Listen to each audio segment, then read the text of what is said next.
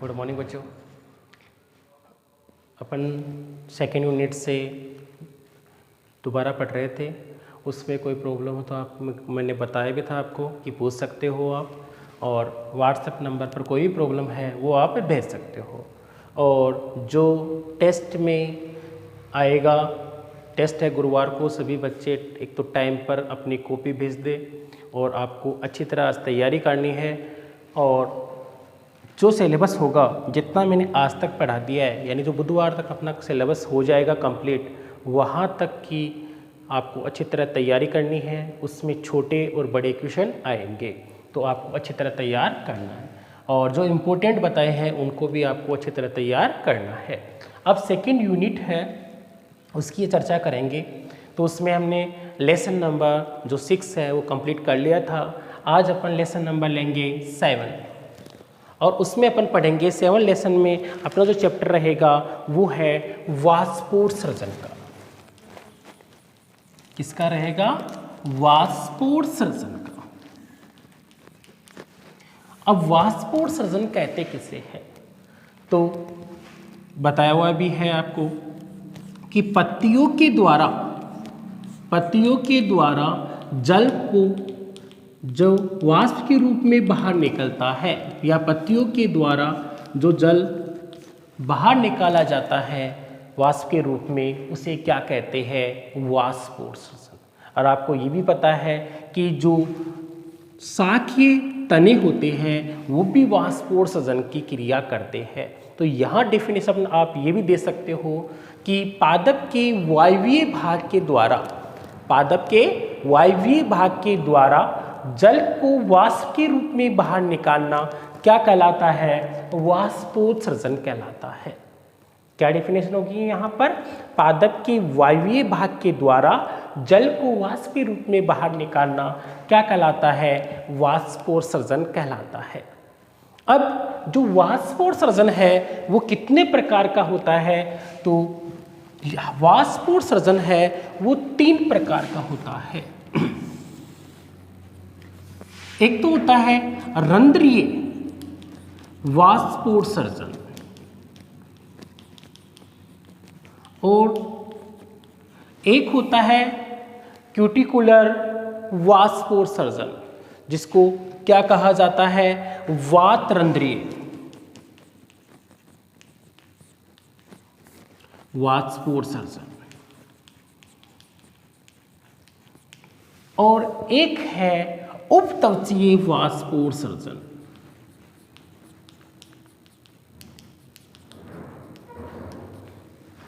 अलग अलग वाष्पोत्सर्जन कितने प्रकार का होता है?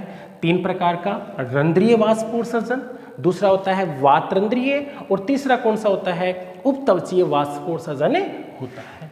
तो जब रंध्रों के द्वारा वाष्पोत्सर्जन होता है, रंध्रों के द्वारा जो वाष्पोत्सर्जन की क्रिया होती है उसे क्या कहते हैं? रंध्रीय वाष्पोत्सर्जन कहते हैं।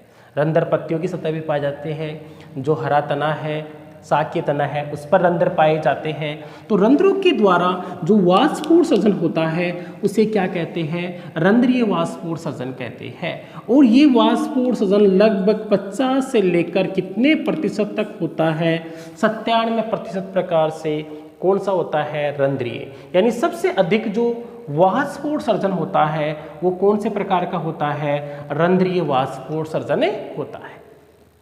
फिर वातरंध्रीय, तो जो काष्ठीय तने हैं या फल है उन पर क्या पाए जाते हैं? वातरंध्र पाए जाते हैं। क्या पाए जाते हैं? वातरंध्र पाए जाते हैं। काष्ठीय तने हैं, वो फल है, उन पर वातरंध्र पाए जाते हैं। इन वातरंध्रों से होने वाला वाष्पोत्सर्जन क्या कहलाता है? वातरंध्रीय वाष्पोत्सर्जन कहलाता है। क्या कहलाता है? वातरंध्रीय वाष्पोत्सर्जन कहलाता है। और ये लगभग 0.1% ही होता है। कितना होता है? 0.1%। अब बच गया कौन सा? उपत्वचीय। तो दो तो हो गए रंध्रों के द्वारा, दूसरा किसके द्वारा होता है, वात रंध्रों के द्वारा, और तीसरा है उपत्वचा। उपत्वचा किसे कहते हैं, तो एपिडर्मिस, एपिडर्मिस के ऊपर, एपिडर्मिस कौन होता है, बाह्य त्वचा, बाह्य त्वचा के ऊपर एक क्यूटिन का आवरण पाया जाता है जो क्या कहलाता है, क्यूटिकल कहलाता है या उपत्वचा कहलाता है। एपिडर्मिस के ठीक ऊपर आवरण पाया जाता है जिसे क्या कहते हैं, क्यूटिकल कहते हैं या उपत्वचा कहते हैं। ये उपत्वचा है जल के लिए क्या होती है, अपारगम्य होती है, यानी ये जल की हानि को रोकने का कार्य करती है। मगर कुछ स्थानों पर ये क्यूटिकल क्या हो जाती है, टूट जाती है। क्या हो जाती है, टूट जाती है। और टूट जाएगी तो यहाँ से कौन सी आती है, जल की हानि हो जाती है, तो उसे क्या कहते हैं, उपत्वचीय वाष्पोत्सर्जन कहते हैं। तो टूटी हुई क्यूटिकल के स्थानों से जो जल की हानि होती है वाष्प के रूप में, उसको क्या कहा जाता है, उपत्वचीय वाष्पोत्सर्जन कहा जाता है, जो लगभग 3 से लेकर 10% तक होता है। ये लोग 3 प्रकार के वाष्पोत्सर्जन कंप्लीट हो गए हैं, रंध्र के द्वारा होने वाला, वात रंध्र के द्वारा होने वाला, और उपत्वचा क्यूटिकल जो क्षतिग्रस्त क्यूटिकल है उसके द्वारा जल की हानि होती है उसके द्वारा। तो वाष्पोत्सर्जन के कितने प्रकार होते हैं, 3 प्रकार होते हैं। अब ये रंध्रीय वाष्पोत्सर्जन है, यानी रंध्रों के द्वारा होने वाला वाष्पोत्सर्जन। तो पत्ती पर पाए जाने वाले रंध्रों की उपस्थिति के आधार पर जो लीफ होती है या पत्ती होती है वो 3 प्रकार की होती है, यानी रंध्र की उपस्थिति के आधार पर लीफ है वो 3 प्रकार की होती है। लीफ 3 प्रकार की होती है। अब सबसे पहले है अधोरंध्रीय पर्ण, दूसरा है उभयरंध्रीय पर्ण,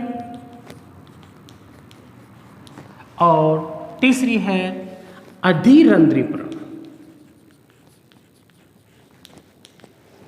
3 प्रकार की हुई है।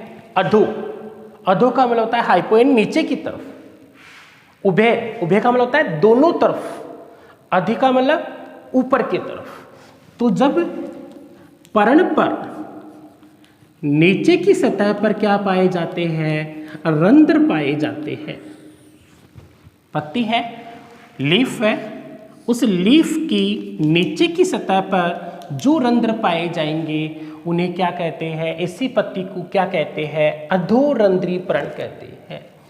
इस प्रकार के जो लीफ के एग्जाम्पल है वो है द्विबीजपत्री जो पर्ण है वो कौन सी कहलाती है, अधोरंध्रीय पर्ण कहलाती है। कौन सी कहलाती है, अधोरंध्रीय। और इसे सेब प्रकार के रंध्र भी कहते हैं।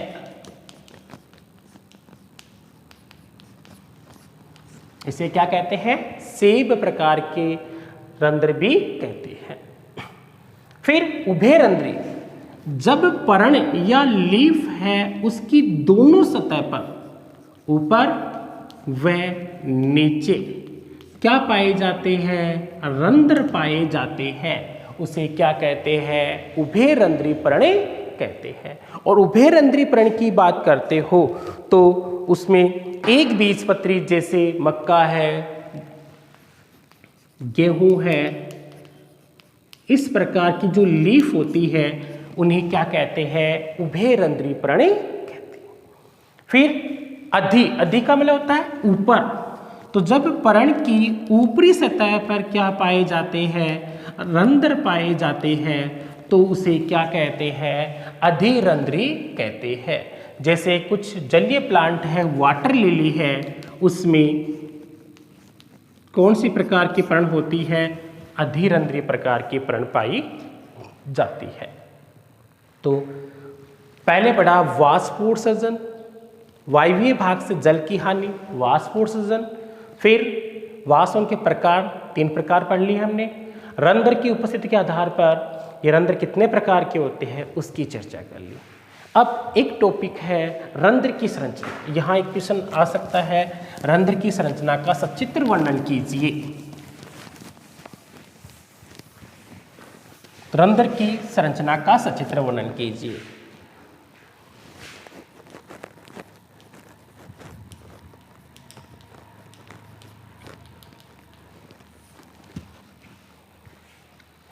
और रंध्र की संरचना है तो रंध्र है वो दो वर्गाकार कोशिकाओं के द्वारा बना हुआ होता है, यानी दो वर्गाकार कोशिका है उसके द्वारा रंध्र क्या होता है, बना हुआ होता है। और इसमें दोनों वर्गाकार कोशिकाओं के मध्य जो छिद्र होता है उसे रंध्र कहते हैं, रंध्र छिद्र कहते हैं। क्या कहते हैं, रंध्र छिद्र। तो ये वर्गाकार कोशिकाएं होती है जिसमें क्या पाया जाता है, केंद्रक और क्या पाए जाते हैं, हरित लवक पाए जाते हैं। क्या पाए जाते हैं, केंद्रक और क्या पाया जाता है, हरित लवक। ये द्विबीजपत्री में इस प्रकार से रंध्र पाया जाता है, जबकि एक बीजपत्री में जो रंध्र है वो डंबल के आकार का होता है। अब इन दोनों वर्गाकार कोशिकाओं को क्या कहा जाता है, द्वार कोशिका कहते हैं, गार्ड सेल कहते हैं।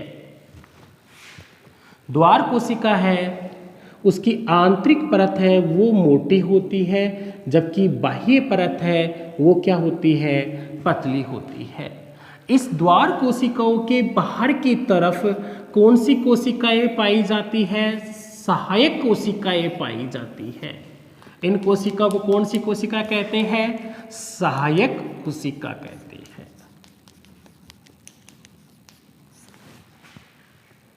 द्वार कोशिका है वो जब स्फीत अवस्था में होती है, स्फीत का मतलब होता है फुली अवस्था में होती है, तो रंध्र खुल जाता है। और जब ये शलत अवस्था में होती है तो रंध्र क्या हो जाता है, बंद हो जाता है। तो ये सामान्य संरचना हो गई रंध्र की। अब यहाँ पर एक टॉपिक और बचा है पूरे चैप्टर में, रंध्र के खुलने और बंद होने की क्रिया, जिसको क्या कहा जाता है, रंध्र गति। तो आपके सिलेबस के अंदर ये चैप्टर कंप्लीट आएगा। यहाँ रंध्र गति के लिए भी पूछ सकते हैं।